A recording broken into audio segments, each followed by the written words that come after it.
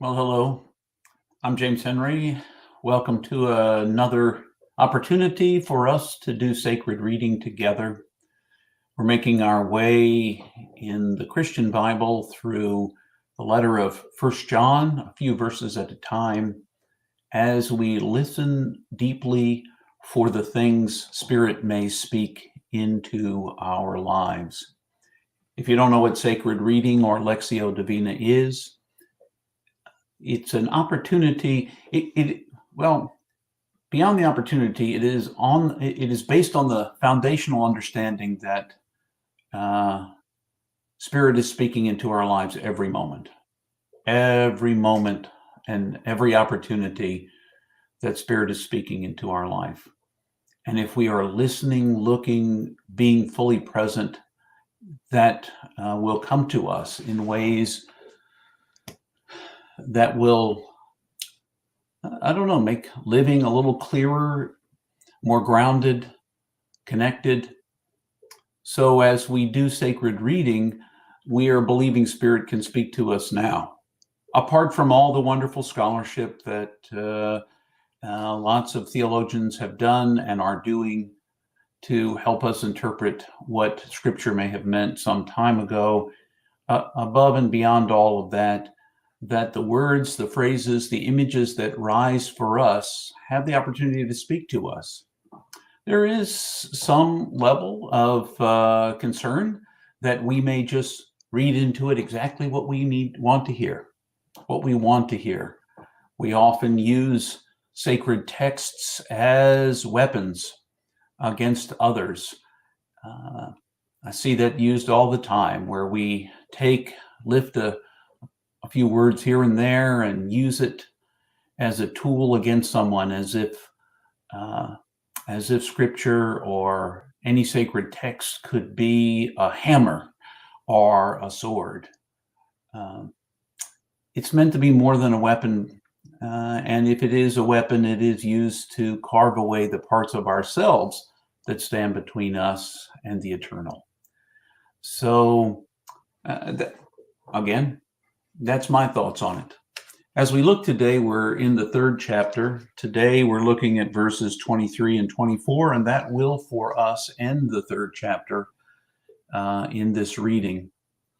My practice in this time, if this is your first time, is to read the passage, try to do it intentionally and slowly, listening for what Spirit may speak.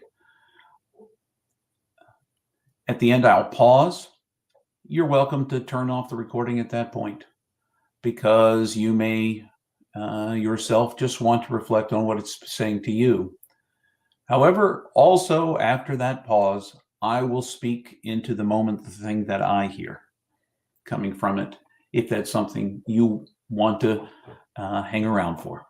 So let's listen together. Catch your breath.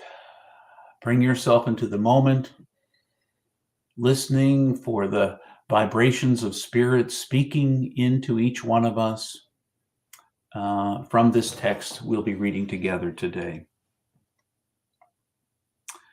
This is Creator's instruction to us, that we trust in the name of His Son, Jesus, the Chosen One, and love each other as He taught us to do. The ones who follow these instructions remain in Creator, and Creator remains in them. We know that Creator remains in us by the Spirit that has been gifted to us.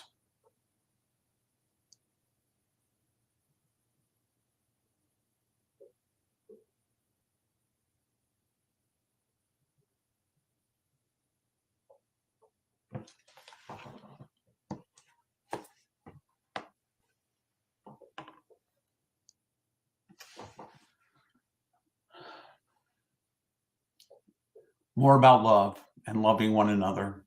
Obviously, love keeps rising up to me.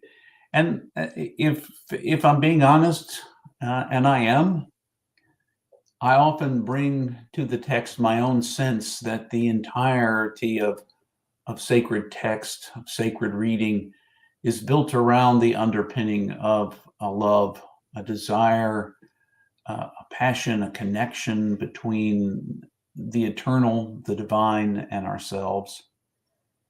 And that connection I would call love. So I'm always looking for the hints of love as I'm going there. So quite frankly, I do bring that with me when I look at the text. And so the image here is of remaining in Creator.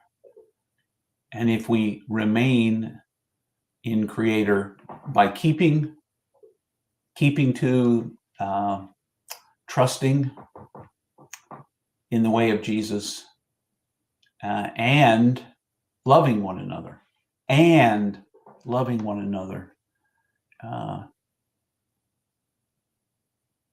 then we truly can abide moment by moment in Spirit, and Spirit in us.